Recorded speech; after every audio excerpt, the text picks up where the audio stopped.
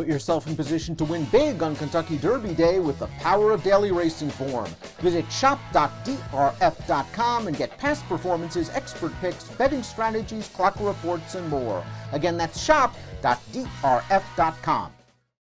Hey everybody, Dan Illman, Mike Beard, taking a look at Kentucky Derby Contender Skinner, who was very aggressively handled last year by a usually conservative trainer in John Sheriffs. Ran in a couple of Grade 1 stakes races in Southern California while still a maiden. He's returned this year as a much better horse going 2 turns. Only 1 win, but he's run well in a couple of graded stakes recently, including this effort, the Santa Anita Derby. Now, in the Santa Anita Derby, the top 2 finishers were able to save a lot of ground. Skinner made a very visually impressive wide bursting move on the turn and then kind of flattened out just a little bit in the stretch. He's still learning. He seems a little bit green. He's yet to run a complete race. Yeah, I think all those things are true. This is a pretty nice performance, though, when all was said and done, Dan, mostly because of what you pointed out earlier. Just that, Skinner was basically 3 and 4 wide all the way around the track in the Santa Anita Derby, while the 1-2 finishers both got inside runs.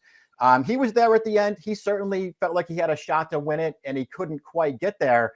But there might be some mitigating circumstances there. This horse has gotten really good as a 3-year-old. He is a son of Curlin out of a Malibu Moon mare. That Nick has done very, very well. Curlin Malibu Moon Cross produced Stellar Wind, a champion 3-year-old filly. Skinner only sold for $40,000 as a yearling, then went way up. $510,000 as an April 2-year-old. Now, there is a lot of speed on the bottom half of this pedigree. The dam was a graded stakes winning sprinter. She's a half-sister to Kuwai Katie, who was very fast. Do you think this distance, even with the Curlin on top, might work against this horse a little bit? It's a fair question to be asked, I think, Dan. I mean, obviously the distance of the Kentucky Derby is always sort of the main question that everybody has to answer, no matter how talented you are. But the way that he, sort of flattened out a little bit at the end of that Santa Anita Derby can be a little bit concerning. And as you've already referenced, his pedigree, despite being by Curlin, it's really slanted towards sprint on the bottom. Kuwai Katie, the full sister to the dam, she was a really nice horse. She won 4 graded stakes races, but she did not win beyond 7 furlongs.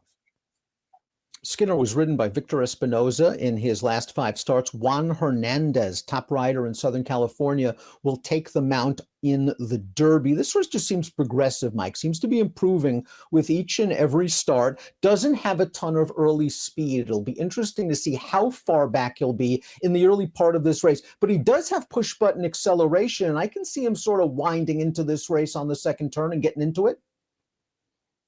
I agree. I think he's one of the more interesting horses in this race at some kind of, fairly big price, Dan, despite the fact that he's N1X eligible.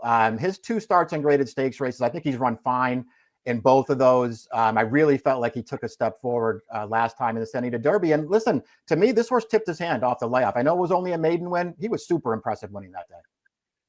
He also earned a 99 Beyer speed figure in the Santa Anita Derby, and that's one of the fastest races that anyone in this crop of 3-year-olds has put up thus far. Skinner seems to be getting good at the right time for a trainer that's already won the Kentucky Derby with Giacomo, and of course, John Sheriff's conditioned the legendary Zenyatta. Skinner at a price should be running on at the end of the Kentucky Derby.